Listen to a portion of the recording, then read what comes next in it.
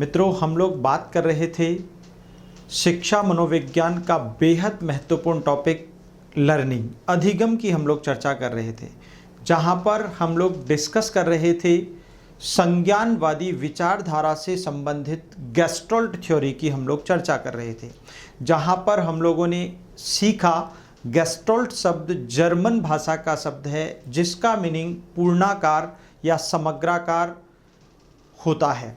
और साथ ही साथ हम लोगों ने डिस्कस किया इस गेस्टल्ट शब्द का सबसे पहली बार प्रयोग मैक्स वर्दीमर ने 1912 में किया था। और साथ ही साथ इसके साथ साथ हमने कोहलर द्वारा चिंपैंजी के प्रयोग को भी सीखा, जिन्होंने कैनारी द्वीप पर एक चिंपैंजी यानी सुल्तान पर प्रयोग किया था। ये सब कुछ डिस्कशन हमने अपनी पिछली क्लास में किया। मित्रों, एक और संज्ञानवादी विचारधारा के समर्थक आज हम अल्बर्ट बांडुरा के अधिगम सिद्धांत को पढ़ते हैं, सीखते हैं। देखिएगा, तो हम बात करते हैं आज अल्बर्ट बांडुरा की।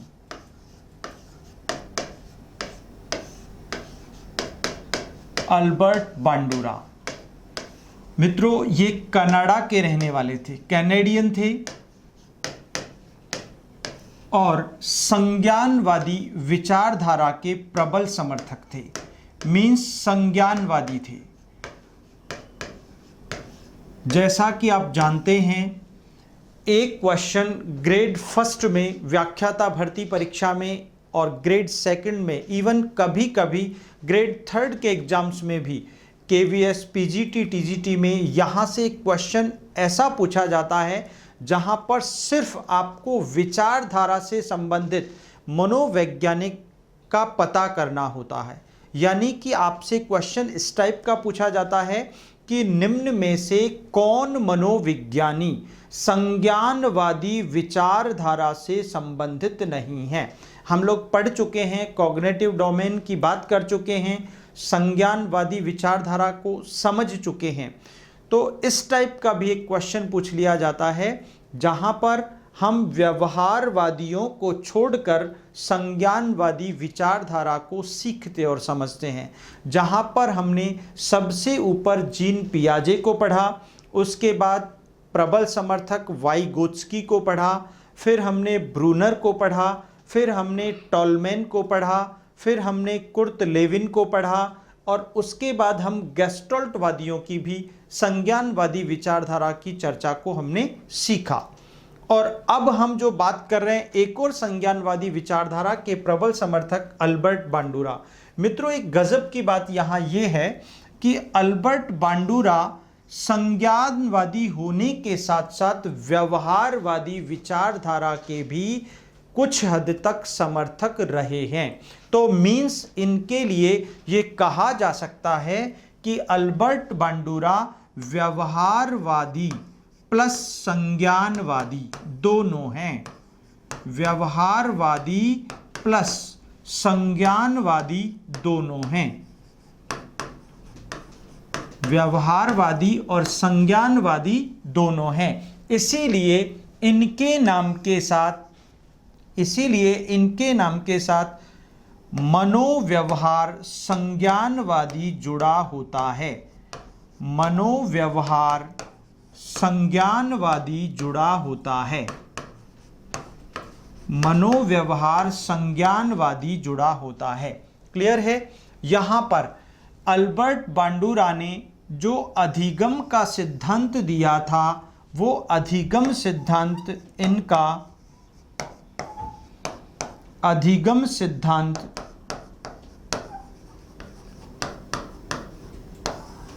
की अगर बात की जाए तो इन्होंने जो अधिगम सिद्धांत दिया था वो था सामाजिक अधिगम का सिद्धांत। सामाजिक अधिगम का सिद्धांत, सोशल लर्निंग थ्योरी।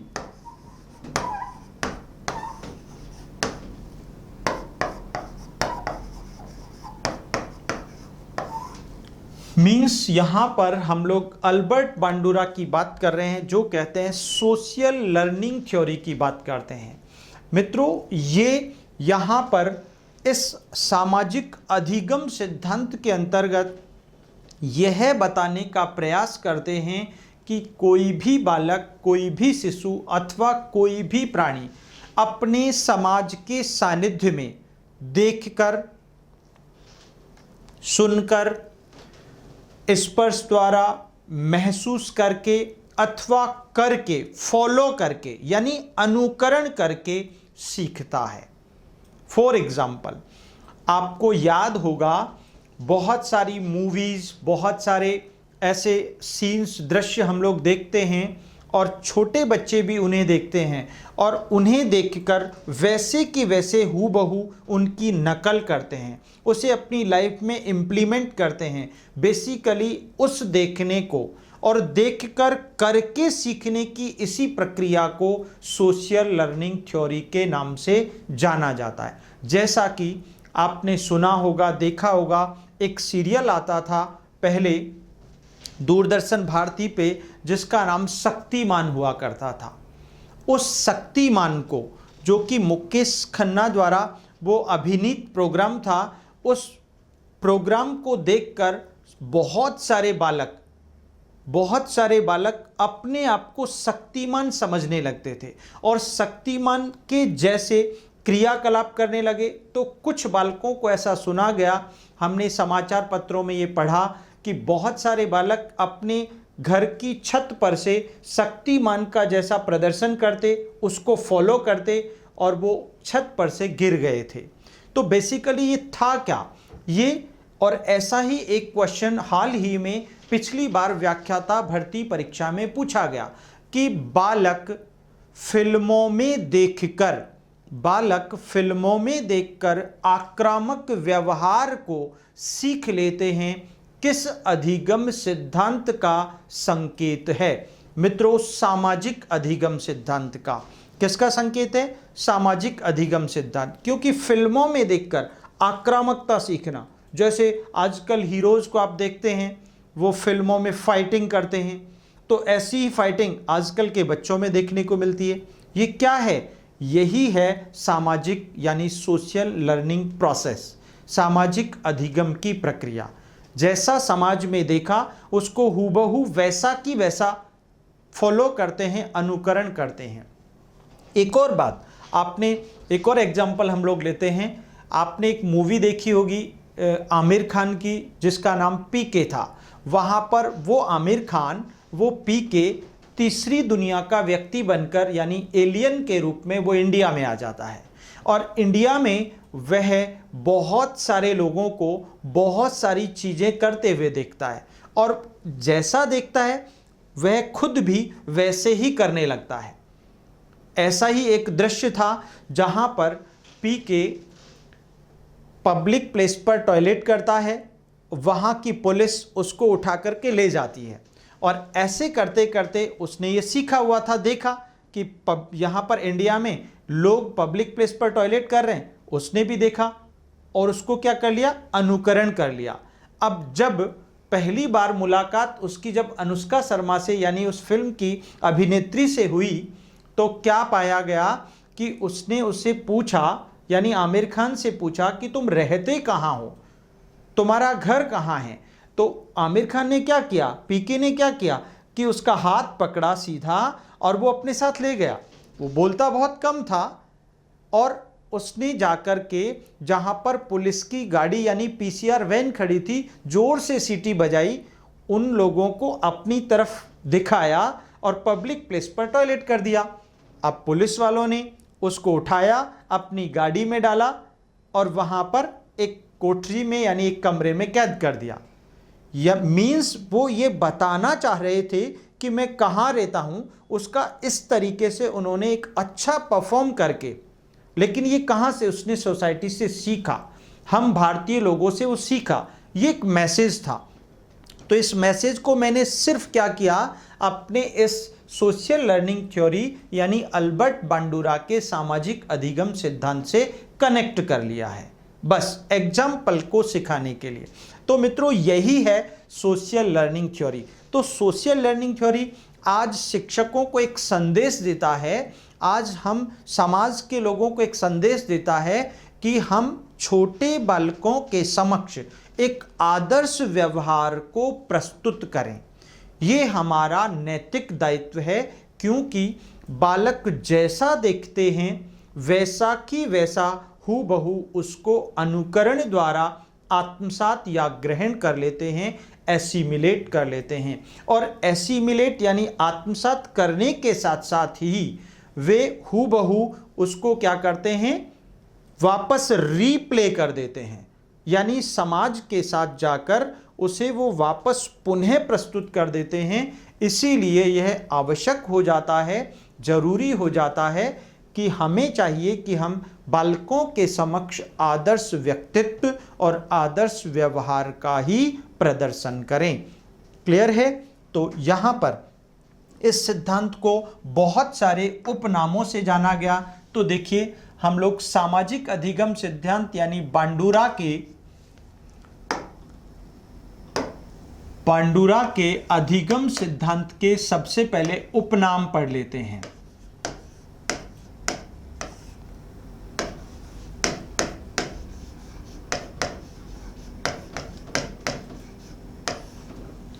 बांडुरा का अधिगम सिद्धांत और इसके उपनाम। क्लियर है? उपनाम देखिए मित्रों, यहां पर बांडुरा का ये जो अधिगम सिद्धांत है, सबसे पहले हमने इसको नाम दिया सामाजिक अधिगम का सिद्धांत। सामाजिक अधिगम का सिद्धांत।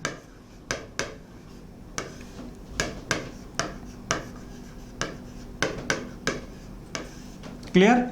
इसी को प्रेक्षणात्मक अधिगम सिद्धांत भी कहा जाता है। मित्रों, आजकल ये वाला नाम सबसे ज्यादा पूछा जा रहा है, प्रेक्षणात्मक यानी ऑब्जर्वेशनल। क्लियर है? प्रेक्षणात्मक अधिगम सिद्धांत इसी को कहा जाता है। प्रेक्षणात्मक अधिगम सिद्धांत इसी को कहा जाता है। क्लियर है? प्रेक्षणात्मक अधिगम सिद्धांत। नेक्स्ट, इस अधिगम सिद्धांत को अनुकरण द्वारा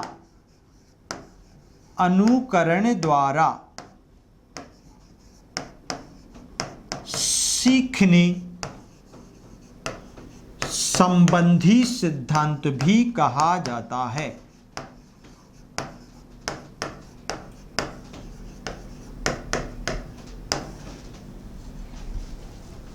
नेक्स्ट,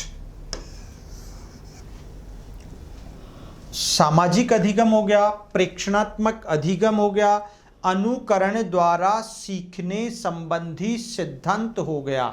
क्लियर है? और इसको करके सीखने यानी अनुकरण द्वारा करके सीखने संबंधी अधिगम सिद्धांत भी कहा जा सकता है। करके सीखने संबंधी सिद्धांत भी कहा जा सकता है। देखिए मित्रों, गेस्टोल्ट थ्योरी की जब हमने बात की थी तो वहां पर उसको हम लोगों ने प्रेक्षणात्मक नहीं कहा था। ये प्रेक्षणात्मक थ्योरी है। कौन सी थ्योरी है? और वो प्रत्यक्षीकरण की थ्योरी थी। ये प्रेक्षणात्मक है और वो प्रत्यक्षीकरण पर बल देता है। और ये प्रेक्षण यानी ऑब्जर्वेशन, जैसा बालक समाज में देखता है हूबहू उसको अनुकरण करता है। अब मित्रों, यहां इस सिद्धांत को बहुत बेहतर ढंग से सीखने के लिए हम चलते हैं इनके प्रयोग की तरफ। यानी कि अल्बर्ट बांडुरा ने यहां पर दो फेमस प्रयोग किए थे। एक प्रयोग था बोबो डॉल पर यानी गुड़िया पर। गुड़िया जो होती है, खिलौना जिसे कहते हैं हम लोग। और दूसरा प्रयोग था एक जीवित जोकर पर। ये बहुत फेमस प्रयोग थे। दोनों प्रयोगों को मैं पूरे डिटेल के साथ आपके साथ साझा करता हूं, डिस्कस करता हूं। देखिए मित्रों, सबसे पहले आज हम इस पूरी की पूरी लर्निंग थ्योरी से रिलेटेड एक कहानी सुनते हैं। वो कहानी बहुत मज़ेदार है और इंटरेस्टिंग भी है। देखिएगा, क्योंकि हम लोग लर्निंग थ्योरीज में दूसरी संज्ञानात्मक थ्योरी की बात कर रहे हैं। इससे पहले हमने पिछली क्लास में गेस्टल्ट थ्योरी की बात की थी, और गेस्टल्ट थ्योरी से पहले हम लोगों ने 5 थ्योरीज की बात की थी। वो सभी व्यवहारवादी विचारधारा से संबंधित अधिगम सिद्धांत थे। अब हम जो बात कर रहे हैं वो बड़ी मज़ेदार कहानी यानी सोशल लर्निंग थ्योरी को डिस्कस करने की एक कहानी है, जो कि अल्बर्ट बांडुरा के इस पूरे अधिगम सिद्धांत को डिलीवर करती है, या हम लोग उससे बहुत आसानी से सीख सकते हैं। देखिए मित्रों, एक बार क्या हुआ, पेशे से अल्बर्ट बांडुरा एक शिक्षक थे। एक दिन क्या हुआ, ये अपनी क्लास में पहुंचने से पहले मार्केट चले जाते हैं और वहां बाजार जाने के बाद वहां से गुड़िया खरीद के लाते हैं। बहुत सुंदर सी डॉल खरीद के लाते हैं और उस डॉल को वे अपनी क्लास में लेकर आ जाते हैं। और क्लास में चूंकि वहां पर अपर प्राइमरी स्टैंडर्ड तक के बच्चे थे, तो जब वो क्लास में आते हैं तो बच्चे उनके हाथ में गुड़िया को देखकर, डॉल को देखकर बड़े खुश होते हैं, बड़े प्रसन्न होते हैं। और वो देखते हैं कि कभी आज से पहले कभी हमारे टीचर, हमारे शिक्षक कभी ऐसी डॉल, खिलौना या गुड़िया नहीं लेकर आए, लेकिन आज कैसे, तो बड़े आश्चर्यचकित भी होते हैं। अब क्या हुआ कि अल्बर्ट बांडुरा सीधे अपनी क्लास में पहुंचे और पोडियम पर जाकर, जहां पर से शिक्षक अपना लेक्चर डिलीवर करता है, दैट इज कॉल्ड पोडियम, उसे पोडियम कहते हैं। तो उस पोडियम पर लाकर यहां उस गुड़िया को खड़ा कर दिया। अब सारे बच्चे एकटक नजर से बिना पलक झपकाए उस गुड़िया को देख रहे थे, उस डॉल को देख रहे थे, और कभी कभी अपने शिक्षक को भी देख रहे थे। अब अल्बर्ट बांडुरा यानी वो शिक्षक अल्बर्ट बांडुरा उस गुड़िया को कहते हैं, बैठ जाओ। गुड़िया अनसुना कर देती है। बालक और ज्यादा ध्यानपूर्वक देखते हैं। फिर वो दोबारा कहते हैं गुड़िया से, बैठ जाओ। गुड़िया फिर अनसुना कर देती है। बालक और ज्यादा ध्यानपूर्वक देखते हैं। वो तीसरी बार कहते हैं गुड़िया से, डॉल से, बैठ जाओ। उसके बावजूद भी वो अनसुना कर देती है। तो अल्बर्ट बांडुरा को गुस्सा आता है, बहुत क्रोध आता है। बालक और ज्यादा एकटक नजर से देखने लगते हैं, और ज्यादा ध्यानपूर्वक देखने लगते हैं। और जैसे ही चौथी बार गुड़िया से कहते हैं बैठ जाओ, वो तब भी अनसुना कर देती है। तो इस बार क्या किया, बांडुरा ने जोर से उस गुड़िया को, डॉल को लात और घूंसे मारना शुरू कर दिया। बच्चे और ज्यादा ध्यानपूर्वक देखने लगे, बहुत मजा आने लगा बच्चों को। उसके बाद चौथी बार भी जब ने अनसुना कर दिया, इतने सारे लात घूंसे खाने के बाद भी जब गुड़िया नहीं बैठी, तो पांचवी बार कहा और इस बार भी गुड़िया ने अनसुना कर दिया। फिर इस बार बांडुरा को और तेज गुस्सा आया और उन्होंने उस गुड़िया की आंखों में उंगलियां डाल दी, उसके बाल नोच डाले, उसके नाक कान नोच डाले। बच्चों को और ज्यादा मजा आने लगा। अब क्या हुआ, अगली बार यानी छठी बार गुड़िया से फिर कहा गया बैठ जाओ, तो वो नहीं बैठी। मित्रों, क्या हुआ कि बांडुरा को इतना गुस्सा आया कि वो उछलकर जोर से खुद ही उस गुड़िया पर धड़ाम से बैठ गए। अब जैसे ही वो खड़े हुए तो वह नकटी बेशरम गुड़िया, ऐसे नकारात्मक शब्दों का भी उन्होंने प्रयोग किया था, ध्यान से सुनिएगा। वह नकटी बेशरम गुड़िया बांडुरा के साथ ही खड़ी हो गई। यानी कि इसका अभिप्राय क्या है, वो स्प्रिंग वाली गुड़िया थी। वो डॉल कैसी थी, स्प्रिंग वाली थी, जो उसके साथ ही खड़ी हो गई। बांडुरा को इस बार और तेज गुस्सा आया कि वो साथ साथ खड़ी हो गई। इस बार बांडुरा ने गुड़िया को, डॉल को उठाया, उसकी गर्दन जोर से मरोड़ी और सीधा उसे क्लास से बाहर फेंक दिया और बच्चों से कहा उसी क्रोध में कि तुम भी चले जाइएगा। बच्चे ये सारा किस्सा, ये सारी कहानी, ये सारी प्रक्रिया, ये सारी क्रियाएं, गतिविधियां वो ध्यानपूर्वक देख रहे थे और सुन भी रहे थे। यानी वहां पर सुनने की प्रोसेस, वो जो बोल रहे थे, वो जो गालियों का उन्होंने प्रयोग किया, उन सबको वो सुन रहे थे और ध्यानपूर्वक देख रहे थे। अब क्या हुआ, और बच्चों से कहा कि तुम भी जाओ। बच्चे चले गए डरते हुए, सहमे हुए से, और सीधा कहा कि कल हम गार्डन में मिलेंगे, कल आप क्लास में मत आना, कल आप कहाँ पर आना, गार्डन में।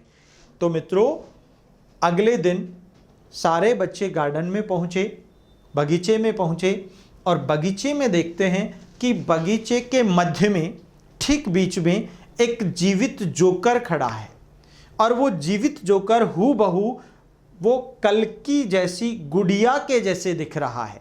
ध्यान से सुनिएगा, व्याख्याता भर्ती परीक्षा ग्रेड फर्स्ट में एक क्वेश्चन पूछा था मित्रों, मैं अभी बताऊंगा आपको कौन सा क्वेश्चन था। इसी कहानी से सारे क्वेश्चंस अल्बर्ट बांडुरा के इसी कहानी से बनने वाले हैं। बहुत सारे क्वेश्चंस हम लोग डिस्कस करेंगे। तो क्या हुआ, जैसे ही बच्चे गार्डन में पहुंचे तो बच्चों ने देखा कि जीवित जोकर, जो कि गुड़िया, कल की गुड़िया के जैसा हूबहू दिख रहा है, वो खड़ा है। बच्चों ने चारों तरफ देखा, वहां पर कोई दिखाई नहीं दिया, ना कोई शिक्षक था, ना कोई व्यक्ति था। अब क्या हुआ, बच्चों ने भी, सारे बच्चे उस जोकर के चारों तरफ खड़े हो गए, और उस जोकर को उन्होंने कहा बैठ जाओ भाई। तो जो जीवित जोकर ने अनसुना कर दिया, नहीं बैठा। फिर उसके बाद दोबारा कहा बच्चों ने बैठ जाओ, फिर नहीं बैठा। तीसरी बार कहा बैठ जाओ, फिर नहीं सुना, अनसुना कर दिया। चौथी बार बच्चों को बहुत तेज गुस्सा आया, क्योंकि बच्चों ने जैसा बांडुरा को उस डॉल के साथ एक्टिविटीज करते हुए देखा था, ठीक वैसे ही उसको उन्होंने हूबहू अनुकरण कर लिया, हूबहू उसे आत्मसात कर लिया, मस्तिष्क में धारण कर लिया, और अब उसी क्रिया प्रतिक्रिया को, उसी सीखे हुए पूर्व ज्ञान को, मस्तिष्क में धारण किए हुए उस ज्ञान अथवा अनुभव को उन्होंने उस जीवित जोकर के साथ वैसे की वैसे पुनः प्रस्तुत किया। अब मित्रों जैसे ही चौथी बार जीवित जोकर नहीं बैठा तो बच्चों को गुस्सा आया, और सारे बच्चे उसे लात और घूंसे मारने लगे। इसके बावजूद भी जब वो जीवित जोकर नहीं माना तो उन्होंने पांचवी बार कहा, और बच्चों को और तेज गुस्सा आया जब उसने अनसुना किया। इस बार बच्चों ने उसकी नाक, कान, हाथ, मुंह सारे नोच डाले, जैसा अल्बर्ट बांडुरा ने डॉल के साथ किया था, वैसे की वैसे। उसके बाद क्या हुआ, उसके बाद मित्रों जब छठी बार, अगली बार कहा, तब भी नहीं बैठा, तो सारे बच्चे उछलकर धड़ाम से उस जीवित जोकर पर बैठ गए। अब मित्रों वहां पर जैसे ही बच्चे खड़े हुए तो वह जीवित जोकर भी लड़खड़ाता हुआ खड़ा हो गया। बच्चों को और तेज गुस्सा आया। इस बार अंत में जैसा उन्होंने देखा, बच्चों ने उस जीवित जोकर को उठाया, उसकी गर्दन मरोड़ी, उसकी टांग और हाथ तोड़ डाले, और उसको जोर से उस गार्डन से बाहर फेंक दिया। मित्रों ये सब क्रिया प्रतिक्रिया, ये संपूर्ण व्यवहार अल्बर्ट बांडुरा एक पेड़ के पीछे छिपकर देख रहे थे, और उन्होंने इस बात को सिद्ध किया कि बालकों ने मेरे द्वारा जो क्रिया प्रतिक्रियाओं को कक्षा के अंतर्गत देखा था, गुड़िया के साथ जैसा मैंने किया, बच्चों ने जीवित जोकर के साथ भी वैसा ही व्यवहार प्रदर्शित किया। तो ये इसका अभिप्राय यही है कि बालक समाज में जैसे उन्होंने गालियां निकाली थी, तो उन बच्चों ने भी जीवित जोकर को वैसी ही गालियों के प्रयोग के साथ संबोधित किया था। अर्थात अभिप्राय क्या आया, मीनिंग यही रहा कि बालक समाज में जैसा देखते हैं, जैसा सुनते हैं, जैसा महसूस करते हैं, जैसा अनुभव करते हैं, उसे हूबहू वे अपने मस्तिष्क में आत्मसात या ग्रहण कर लेते हैं, धारण कर लेते हैं, और धारण किए हुए उस अनुभव को, उस ज्ञान को, उस क्रिया को वे समाज के समक्ष पुनः जाकर प्रस्तुत कर देते हैं। क्या कर देते हैं? पुनः प्रस्तुत कर देते हैं, और ऐसी उस क्रिया प्रतिक्रिया के परिणाम स्वरूप यदि बालक को पुनर्बलन दे दिया जाए, रीइंफोर्स कर दिया जाए, यदि उसे पुरस्कार दे दिया जाए, यदि उसे मोटिवेट कर दिया जाए, तो ऐसा वह सीखना स्थायी बन जाता है। क्या बन जाता है मित्रों? स्थायी बन जाता है। तो ये संपूर्ण जो कहानी है वो यही डिलीवर करती है, यही समझाती है। तो एक बात यहाँ पर इन दोनों प्रयोगों से हमें सीखने को मिली। यहाँ बांडुरा ने अपने सामाजिक अधिगम सिद्धांत के 4 सोपान बताए हैं। कितने सोपान बताए मित्रों? 4 सोपान बताते हैं। पहला सोपान है हमारा, नंबर 1 है यहां पर अवधान। अवधान, ध्यान या अटेंशन। नंबर 2 आता है आत्मसात करना। आत्मसात करना या धारण करना यानी रिटेंशन। धारण करना यानी एसिमिलेशन कह दीजिएगा या रिटेंशन कह दीजिएगा।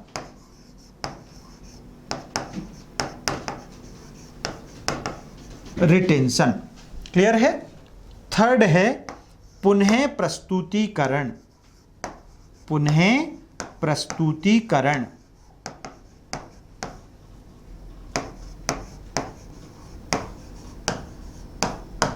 यानी कि रिप्ले।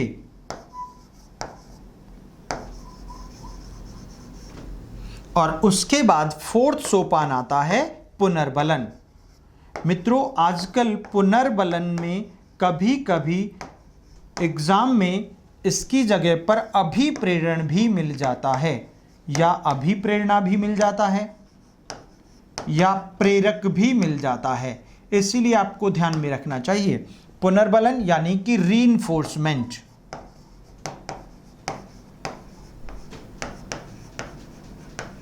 ये 4 सोपान इन्होंने बताए हैं।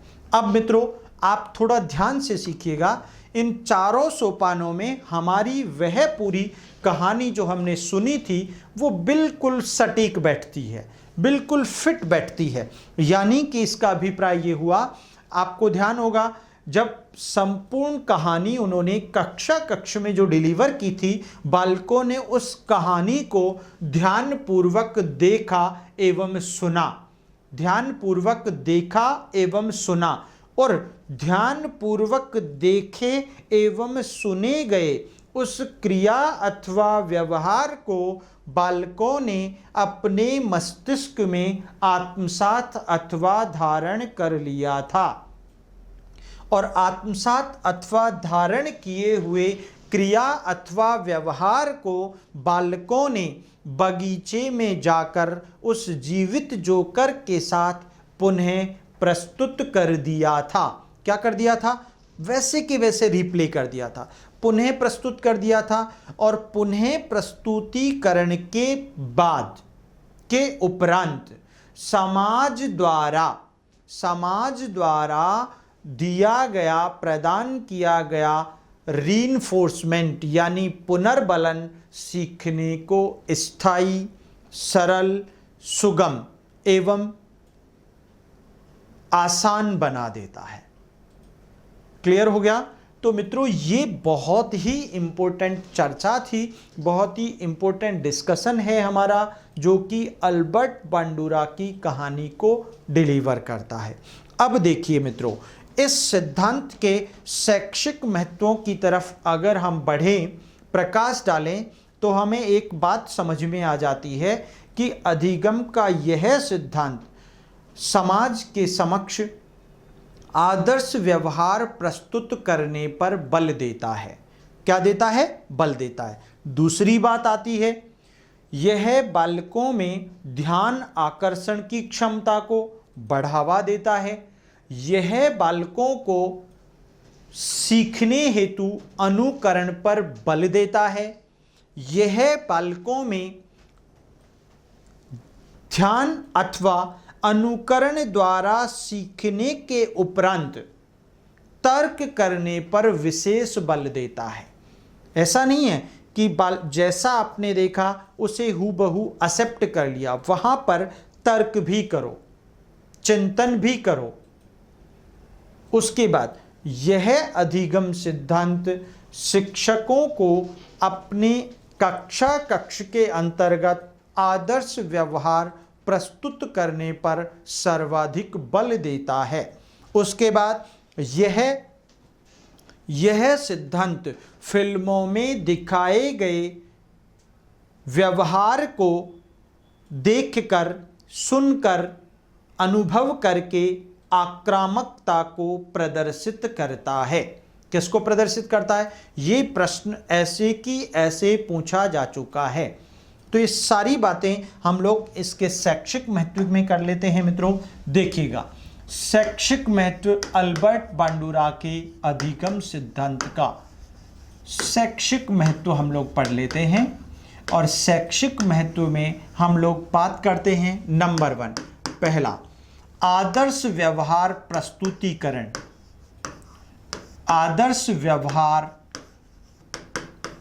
प्रदर्शन पर बल देता है। आदर्श व्यवहार के प्रदर्शन पर बल देता है। नंबर 1 हो गया, ठीक है ना। यानी ऐसा नहीं है आप शिक्षक बन गए, आप व्याख्याता भर्ती परीक्षा में सेलेक्ट हो गए, आप सेकंड ग्रेड भर्ती परीक्षा में सेलेक्ट हो गए, आप केवीएस में सेलेक्ट हो गए और आप अपनी कक्षा में जा रहे हैं, आपके बटन खुले हुए हैं शर्ट के, आपके बाल बिखरे हुए हैं, आपकी नाक से बह रहा है, तो क्या बच्चे आपको फॉलो करेंगे? नहीं करेंगे। इवन ये कहेंगे कि ये कहाँ से आ गया उठ के, इसको पहनने का सेंस ऑफ सेंस नहीं है, इसका ड्रेसिंग सेंस अच्छा नहीं है, इसके लैंग्वेज अच्छी नहीं है। तो ये बेसिकली क्या है, कहीं ना कहीं वो बच्चे आपको फॉलो करने वाले हैं। तो आप स्वयं भी एक अपने व्यवहार में आदर्श प्रस्तुति को बयां करें। अपना व्यवहार नैतिक हो, आचरण युक्त हो, शिष्टाचार युक्त हो, व्यवहार कुशल हो, भाषा शैली मधुर हो। ये सारी चीजें इस सिद्धांत के अंतर्गत देखने को मिलती हैं। नंबर 2, बालकों में ध्यानाकर्षण की क्षमता को विकसित करता है। मित्रों, यहां से प्रश्न पूछा जा सकता है आपसे, विकसित करता है, ठीक है ना। नंबर 3, शिक्षकों को बालकों के समक्ष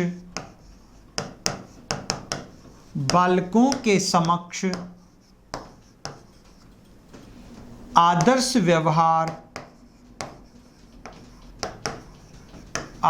व्यवहार प्रदर्शित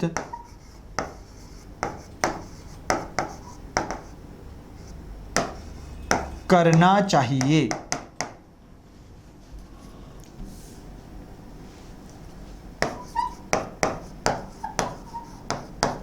क्लियर है मित्रों।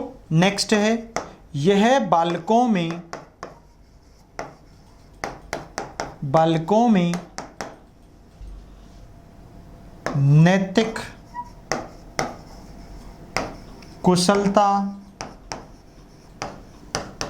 सामाजिकता,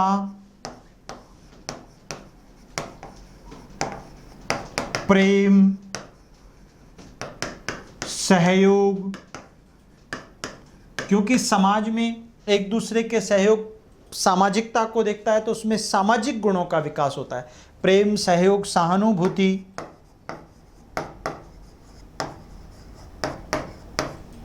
आदि गुणों का विकास होता है। आदि गुणों का विकास होता है। नेक्स्ट है मित्रों, बालकों में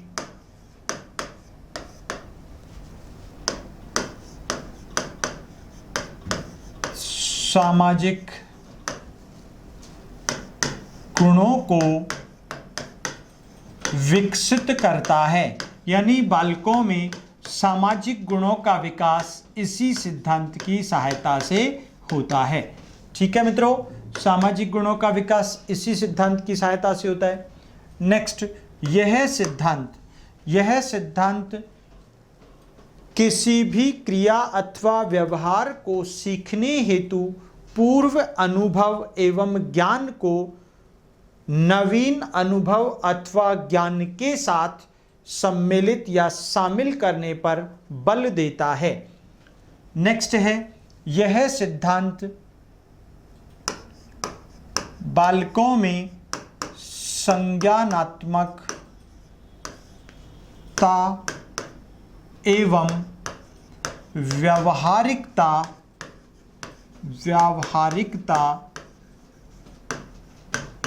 दोनों को विकसित करता है।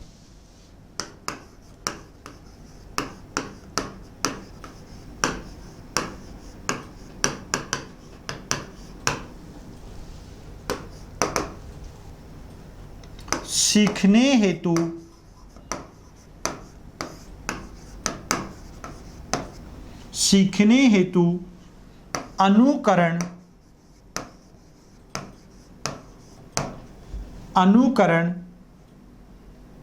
को महत्व देता है।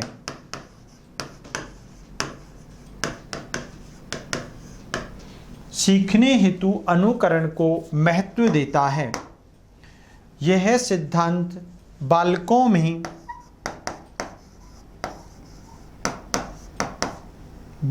में व्यवहार कुशलता,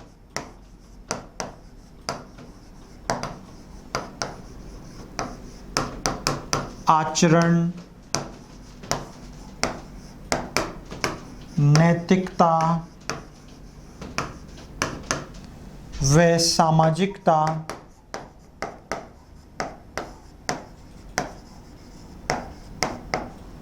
आदि को उन्नत करता है। देखिए मित्रों, तो ये बातें हम लोगों ने इस अधिगम सिद्धांत के शैक्षिक महत्व के संदर्भ में की हैं।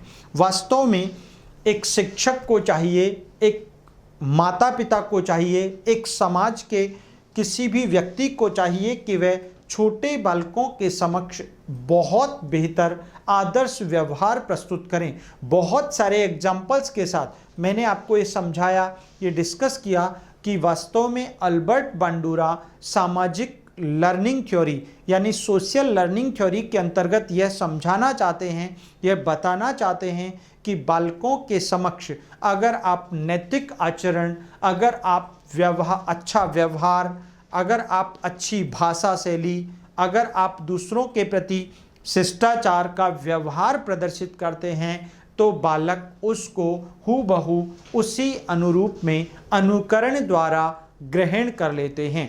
चूंकि अधिगम का यह सिद्धांत इन 4 सोपानों को लक्ष्य करते हुए अब यहाँ पर अधिगमकर्ता को सीखने हेतु प्रेरणा प्रदान करता है। क्लियर है? तो ये बहुत ही इंटरेस्टिंग थ्योरी है मित्रों। अल्बर्ट बांडुरा की ये थ्योरी है जिसकी हम लोगों ने शैक्षिक महत्व के साथ इसके 4 मुख्य सोपानों को आपको ध्यान में रखना चाहिए, मस्तिष्क में आत्मसात अथवा धारण कर लेना चाहिए। क्लियर है? तो ये हम लोगों ने चर्चा की अल्बर्ट बांडुरा के सामाजिक अधिगम सिद्धांत की।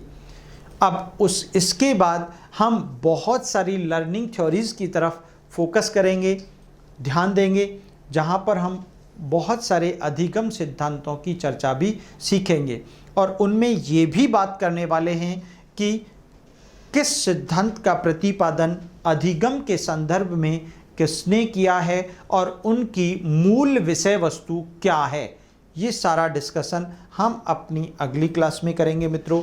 तो आज के लिए, अभी के लिए हम अपनी क्लास को यहीं पर विराम देते हैं। धन्यवाद।